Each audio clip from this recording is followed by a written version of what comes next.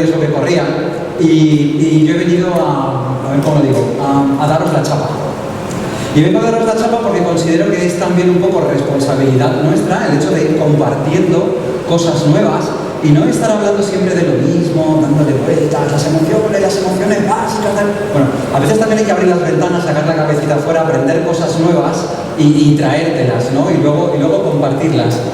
Y hoy vengo a hablaros de una cosa que a mí me maravilla, ¿vale? Y me maravilló cuando la conocí el año pasado, cuando asistí con mi compañero Fernando al Congreso Internacional de Psicología Positiva en Melbourne, en Australia.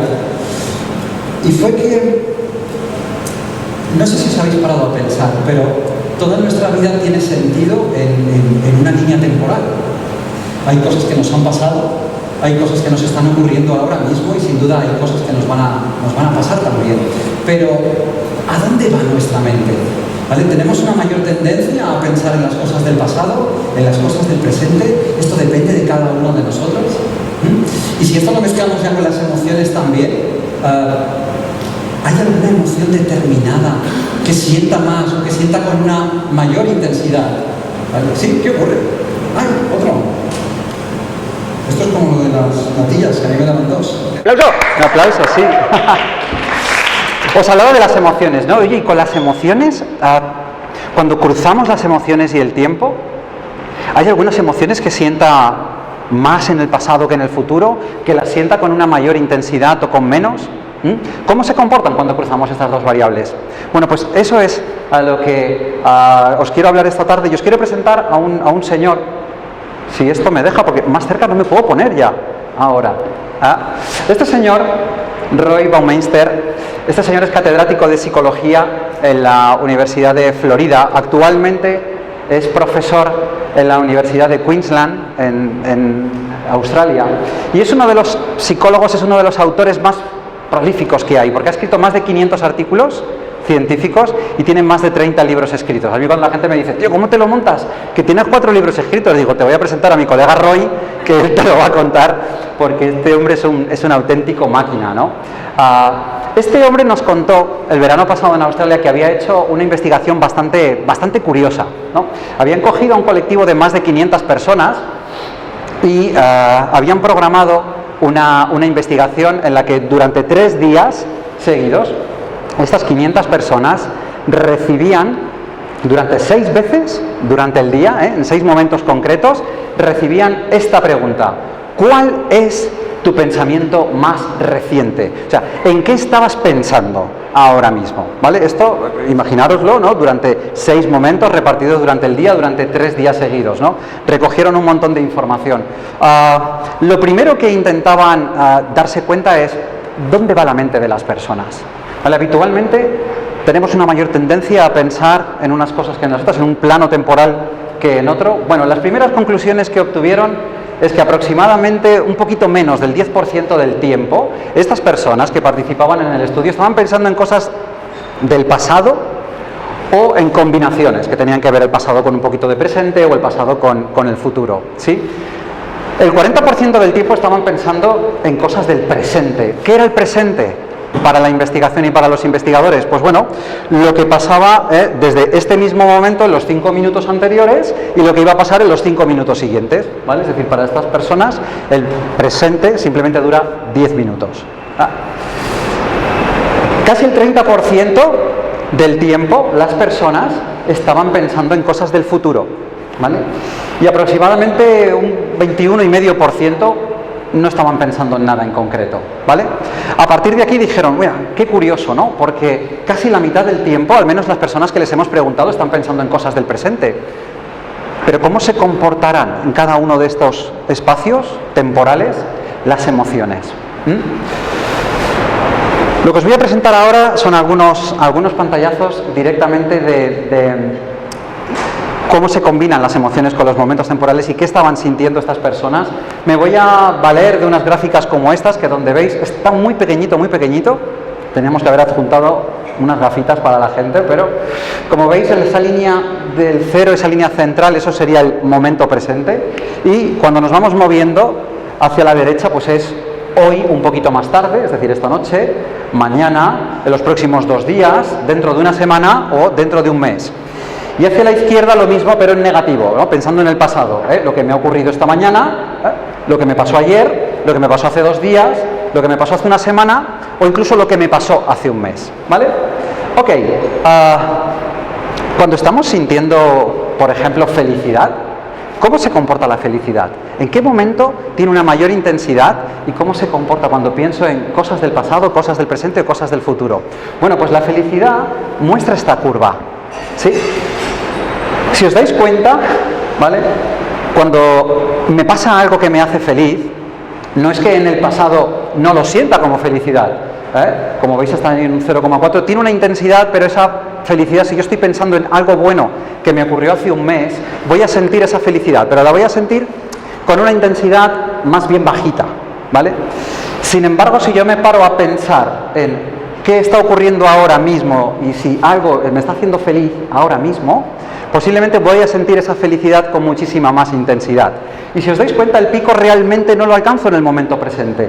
En este caso, el pico está en lo que va a ocurrir dentro de un ratito, ¿sí? No lo quiero vincular con las cervecitas y con la barra libre que viene después, pero solo de pensar en eso estoy empezando a sentirme más feliz, ¿sí? Así se comporta la felicidad, pero ¿habrán más emociones y se comportarán de una manera diferente? Mirar, por ejemplo, el enfado, ¿no? Esto seguro que nos suena. A ver, habitualmente nos enfadamos, pero si os dais cuenta, el enfado se comporta de una manera totalmente diferente a cómo se comportaba la intensidad. En su pico más bajo, aún así, tiene una intensidad lo suficientemente alta, es decir, yo en el momento presente soy capaz de enfadarme y lo siento con cierta intensidad, pero si posiblemente me voy a recordar algo que me enfadó muchísimo hace un mes, ese momento de recordarlo, ese momento de recalentarte, ese momento de... vas a sentir ese enfado con mucha más intensidad que si te estuviera ocurriendo posiblemente ahora. Y si en vez de pensar en las causas de eso que te ocurrió, posiblemente empiezas a proyectarlo y empiezas a pensar en las consecuencias, empiezas a pensar en algo que te puede ocurrir y qué te puede provocar, eso que ha ocurrido ahora y que te ha enfadado un montón, dentro de una semana o dentro de un mes, vas a sentir posiblemente ese enfado con un impacto todavía mucho mayor. No tanto como en el pasado, pero sí de una manera intensa. ¿Tiene sentido esto? ¿Sí? Ok, bien, vamos más. La ansiedad, como veis, se comporta de una manera más o menos parecida al enfado, ¿sí? En el momento más bajo no es que no la estemos sintiendo y nos esté penalizando, no, la sentimos de una manera bastante intensa, en un 1,5 ahí, pero como veis, la ansiedad sobre todo tiene sentido cuando la proyectamos hacia el futuro y ahí es cuando la sentimos de una manera mucho más intensa.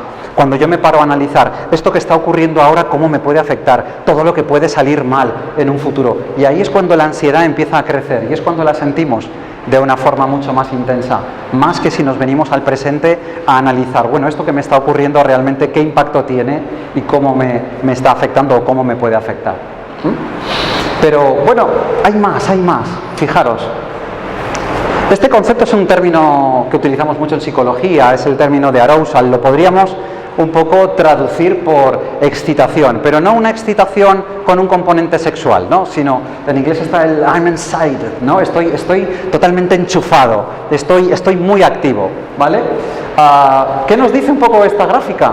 Que cuando pensamos en cosas del pasado, nuestro nivel de activación, nuestro nivel de excitación baja, pero baja hasta incluso llegar a límites negativos, es decir, quizás me activa demasiado poco pensar qué es lo que comí el jueves de la semana pasada o qué es lo que me pasó, con quién estuve trabajando dentro de un mes. Eso me activa relativamente poco.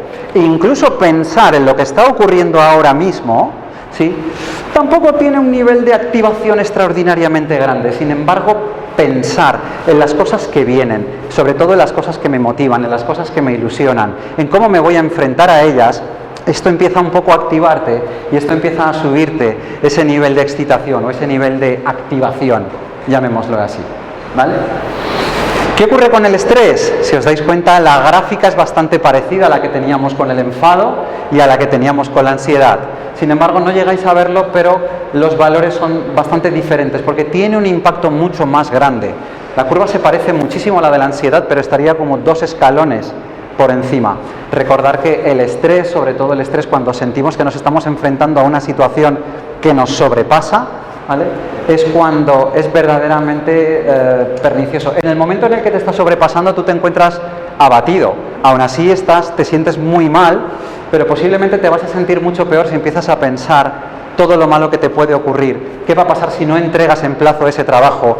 ¿Qué va a ocurrir si no eres capaz de cumplir todos esos deadlines que tienes por delante? Y ahí el estrés es donde verdaderamente tiene un pico bastante grande. ¿Vale? Más.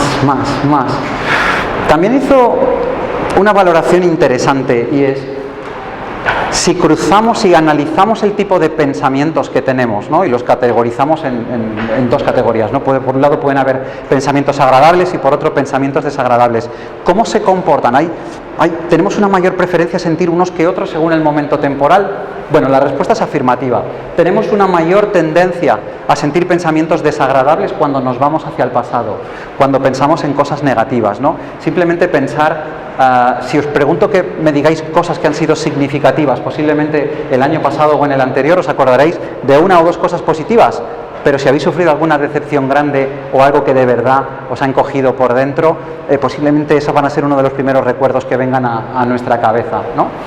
Los pensamientos agradables alcanzan el pico, como veis, en ese futuro próximo, en ese qué va a ocurrir dentro de unas horas. Cuando yo me paro a pensar en qué puede ocurrir, la mayoría de las personas solemos proyectar cosas positivas, solemos pensar que lo que va a venir después va a ser divertido, que vamos a ver vamos a tener una buena oportunidad para hacer networking y que vamos a conocer a personas agradables.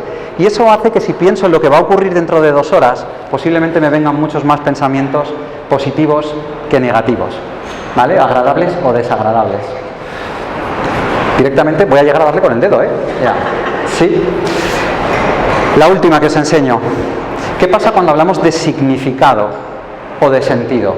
¿Vale? A veces las personas sentimos que hemos venido a este mundo a hacer algo, y cuando lo estamos pensando en el presente, ¿no? Oye, ¿yo a qué creo que he venido a este mundo? Yo siento ese sentido y ese significado, pero de una manera muy leve, de una manera muy liviana. Cuando yo empiezo a pensar muchas de las cosas que hemos hecho en el último mes, en los últimos 2 meses, y que tienen que ver con mi sentido de vida, con mi sentido profesional, esto ya se va activando, ya lo voy sintiendo, ese significado y sentido, de una manera un poco más intensa, pero sobre todo se dispara si pienso en qué cosas puedo hacer a futuro que tengan que ver y que estén alineadas con eso que da sentido y eso que da significado a la vida. Con lo cual, y de una manera extraordinariamente rápida, conclusiones. Si yo tuviera que haceros un pequeño resumen, pero de estos rápidos, que nos acordamos, ¿sí? El presente es feliz y tiene pensamientos mucho más agradables. Esta es una de las cosas que me gustaría que os llevarais, ¿sí? El presente es felicidad. Y si pensáis y os focalizáis en el presente, sentiréis cosas mucho más agradables. Más, conforme nos apartamos de ese presente hacia el pasado o hacia el futuro, cada vez van a empezar a crecer emociones que son desagradables versus las que tenía, que eran agradables. ¿Vale? Si tuviera que seguir haciendo un resumen, ¿qué más os diría?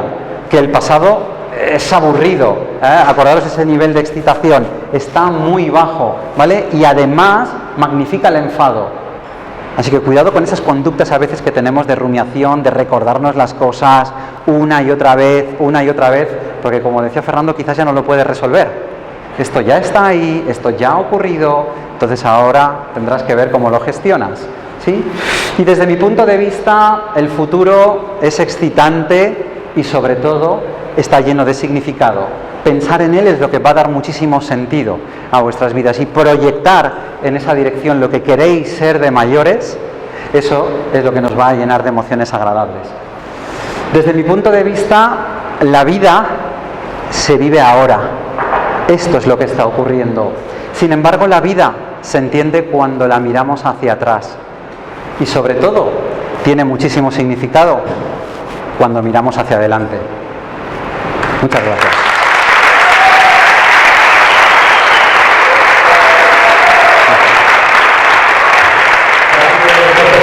Muy bien, muy bien.